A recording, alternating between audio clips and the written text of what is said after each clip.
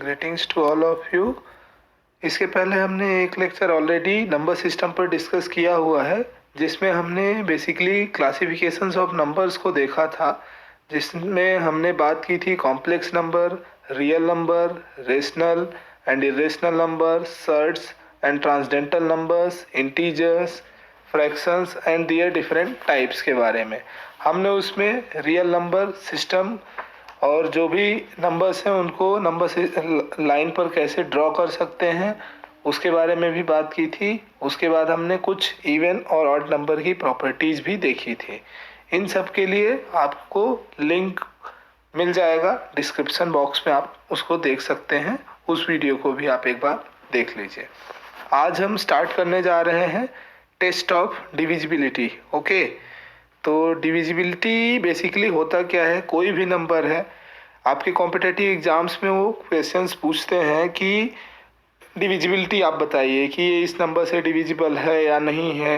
Numbers काफ़ी बड़े होते हैं, तो उनको हम शॉर्टकट में कैसे सॉल्व कर सकते हैं उसी को आज हम देखेंगे। ओके, तो चलिए स्टार्ट करते हैं। सबसे पहले डिविजिबिलिटी बाई 2।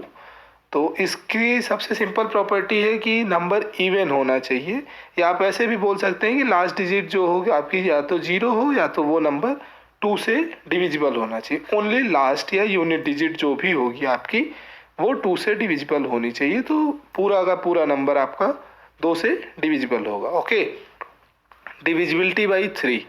इसमें आपको क्या करना है, जो भी आपका नंबर होगा उसमें हर एक डिजिट का मतलब total sum of the digit, और उसको आपको क्या करना है 3 से डिवाइड करना है। अगर सम जो होगा नंबर का वो आपका 3 से डिवाइड हो रहा है तो वो नो डाउट वो नंबर भी आपका 3 से डिवाइड होगा। फॉर एग्जांपल आप यहाँ पे देखिए 2, 5, 5, 9। तो हमने क्या किया, पहले सारी डिजिट्स का सम निकाला, 2 + 5 + 5 + 9 that is equals to 21, and all we know that 21 is divisible by 3, so this number will be also divisible by 3. okay, again next देखते हैं divisibility by 4। तो इसमें आपको क्या देखना है, लास्ट की 2 डिजिट जो भी होगी वो 4 से डिविजिबल होनी चाहिए। तो रेस्ट ऑफ द नंबर 4 से डिविजिबल होगा ही होगा। ओके, यहाँ पे आप देखिए जैसे ये नंबर है तो इसमें आप लास्ट की 2 digit 24, 60, 52, and all we know that these all last 2 digit numbers are divisible by 4, so entire number will also divisible by 4. okay, again 5 का divisibility test। तो इसमें जो लास्ट डिजिट आपकी होनी चाहिए वो अगर 0 या फिर 5 है तो वो नंबर ऑटोमेटिकली आपका 5 से डिविजिबल होगा। डिविजिबिलिटी बाई 6, इसमें आप क्या कर सकते हैं, अगर कोई भी नंबर 2 और 3 से साइमल्टेनियसली डिविजिबल है तो वो नंबर आपका 6 से भी डिविजिबल होगा। या इसको आप ऐसे समझिए कि अगर नंबर इवन है और वो 3 से डिविजिबल है तो वो नंबर 6 से भी डिविजिबल होगा। ओके, यहाँ पे आपको इसको देखने की सबसे ज़्यादा ज़रूरत है 7 की डिविजिबिलिटी की प्रॉपर्टी को। इसमें हम क्या करते हैं, जो आपकी यूनिट डिजिट होती है उसका हम डबल करते हैं और बाकी की जो रिमेनिंग डिजिट्स होती हैं उससे उसको हम सब्ट्रैक्ट करते हैं। मतलब rest of the number minus twice into unit digit number, और जो भी आपका लास्ट में नंबर आएगा उसको हम जो है चेक करते हैं कि वो 7 से डिविजिबल है या नहीं है। ओके, फॉर एग्जांपल्स आप यहाँ देखिए। फर्स्ट एग्जांपल हमने क्या लिया, 2, 4, 3। तो एज पर प्रॉपर्टी हमने क्या किया, 2, 4 minus 2 into unit digit that is 3, then we will get 18, and 18 is not divisible by 7, so this number is not divisible by 7. okay, again when we will take 3, 4, 3, then we will see that 34 minus 2 into 3, तो हमारा answer क्या है 28, and of course 28 is divisible by 7, so no doubt this number is also divisible by 7। Okay, next number हमने लिया 2058। Again same property, rest of the number minus twice into unit digit number, and हमारा answer क्या है 189। अब आप इसको आप directly 7 से डिवाइड करके आप चेक कर सकते हो, और अगर आपको और भी इजी चाहिए तो आप अगेन 189 को सिमिलरली जैसे हमने 2058 को किया वैसे आप 189 को क्या कर सकते हैं 18 minus 2 into 9 then we will get 0 and 0 is always divisible by any number. So this number and this both numbers are divisible by 7. Okay, आप इसकी प्रॉपर्टी को हमेशा याद रखिए क्योंकि प्रॉपर्टी आपको याद रहती हैं बट 7 की प्रॉपर्टी कभी कभी माइंड में नहीं रहती है. ओके, डिविजिबिलिटी बाई 8 सिंपल है.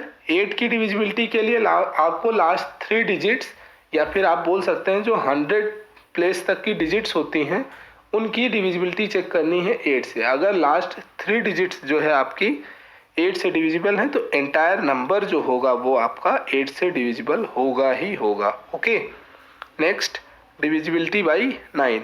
सो डिविजिबिलिटी बाई 9 की property same as divisibility by 3 की तरह है. आपको कंप्लीट नंबर का सम लेना है और उसको आपको चेक करना है कि वो 9 से डिविजिबल है या नहीं. तो अगर वो 9 से डिविजिबल है तो वो नंबर भी 9 से डिविजिबल होगा. ओके, यहाँ पे आप देखिए हमने लिया 1089369. हमने क्या किया कंप्लीट नंबर का सम निकाला 36 आया and 36 is of course divisible by 9. सो आपका जो भी नंबर है ये वो आपका पूरा का पूरा जो है 9 से डिविजिबल होगा ही होगा. ओके, नेक्स्ट आप 10 की डिविजिबिलिटी देखिए. तो 10 की divisibility all we know that अगर लास्ट में 0 है, लास्ट डिजिट आपकी यूनिट डिजिट 0 है तो वो आपका 10 से डिविजिबल होना ही होना है. ओके, यहाँ पे आप देखिए वेरियस एग्जांपल्स दिए हुए हैं जिसमें यूनिट डिजिट के नीचे अंडरलाइन है एंड वो 0 ही है. ओके, नेक्स्ट है आपकी डिविजिबिलिटी बाई 11. इसकी प्रॉपर्टी में ये है कि आप odd digit and even digit के प्लेस पे जो भी नंबर्स होंगे उनको आप ऐड करिए और दोनों को आप सब्ट्रैक्ट करिए. Odd minus even, sum of odd digit numbers minus sum of even digit numbers, और जो भी आपका आंसर आता है उसको आप 11 से डिवाइड कीजिए. अगर नॉर्मली आंसर आपका 0 ही आएगा but rare of the rarest case में अगर 0 के अलावा कोई भी नंबर आता है और वो नंबर आपका 11 से डिविजिबल है देन ऑफ कोर्स वो आपका कंप्लीट नंबर जो होगा आपका 11 से डिविजिबल होगा ही होगा. For example 14641. So here odd digits are 1 plus 6 plus 1 and even digits are 4 plus 4. So 6 plus 2 8 minus 8 that is equals to 0. So this property holds true. So the number will be divisible by 11. Okay. ऐसे ही आप आगे भी divisibility check कर सकते हैं but हमें यहाँ तक की ज़रूरत पड़ती है. अगर आपको कभी 12 की ज़रूरत पड़े तो उसके लिए 3 into 4. तो आपको दो प्रॉपर्टी रिमाइंड करनी होंगी कि अगर नंबर 3 से डिविजिबल है साथ में वो 4 से डिविजिबिलिटी की भी प्रॉपर्टी होल्ड कर रहा है तो वो नंबर आपका 12 से भी डिविजिबल. इस पे हम बाद में प्रैक्टिस भी करेंगे, कुछ क्वेश्चंस देखेंगे, अच्छे क्वेश्चंस जो प्रीवियस ईयर एग्जाम्स में आए हुए हैं तो उसके बाद आपका और भी अच्छे से क्लियर हो जाएगा. बाकी आप इसको यहाँ ख़त्म कर सकते हैं. इसके बाद हम बात करते हैं HCF and LCM of fractions. Okay, normal HCF and LCM हम सभी को आता है और यहाँ पे हम फ्रैक्शंस के HCF और LCM के बारे में बात करेंगे जो कि बहुत ही इम्पॉर्टेंट है कॉम्पिटेटिव एग्जाम्स के लिए. फॉर एग्जांपल कोई भी आप एग्ज़ाम देंगे तो एक ना एक क्वेश्चन आपको यहाँ से ज़रूर मिलता है. तो आपको यहाँ करना क्या होता है, जो भी फ्रैक्शन दिया होता है उसको सबसे पहले सिंपलेस्ट फॉर्म में ले आना है.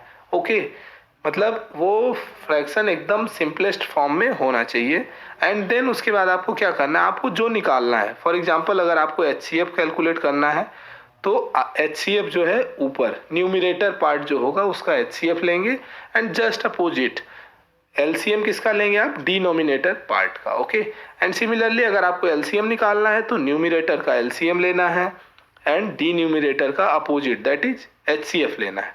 ओके, जैसे आप यहाँ पे देख सकते हैं हमने एग्जाम्पल भी दिए हुए हैं. जैसे आप एग्जाम्पल देखिए 1/2, 2/3 एंड 3/4. इसका आपको HCF एंड LCM कैलकुलेट करना है. तो सबसे पहले हम HCF देखते हैं. HCF के लिए हमने क्या किया, जो आपके न्यूमिरेटर पार्ट थे उनका क्या किया HCF. 1 2 3 का HCF क्या हुआ 1 एंड LCM किसका लिया, डिनोमिनेटर पार्ट का that is 2 3 and 4 which will be equals to 12. Okay, so final answer will be 1/12. ठीक है.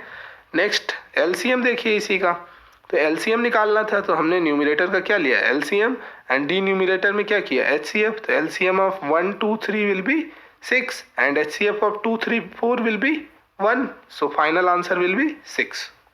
ओके, अब अगला नेक्स्ट एग्जांपल देखिए आप, 3/7, 4/11 एंड 2/3। ओके, तो एचसीएफ है तो आप न्यूमरेटर में एचसीएफ करेंगे, 3 4 2 का एचसीएफ 1, एलसीएम है तो आप क्या करेंगे नीचे एलसीएम, तो यहाँ पे क्या आएगा 2 3 1 आएगा।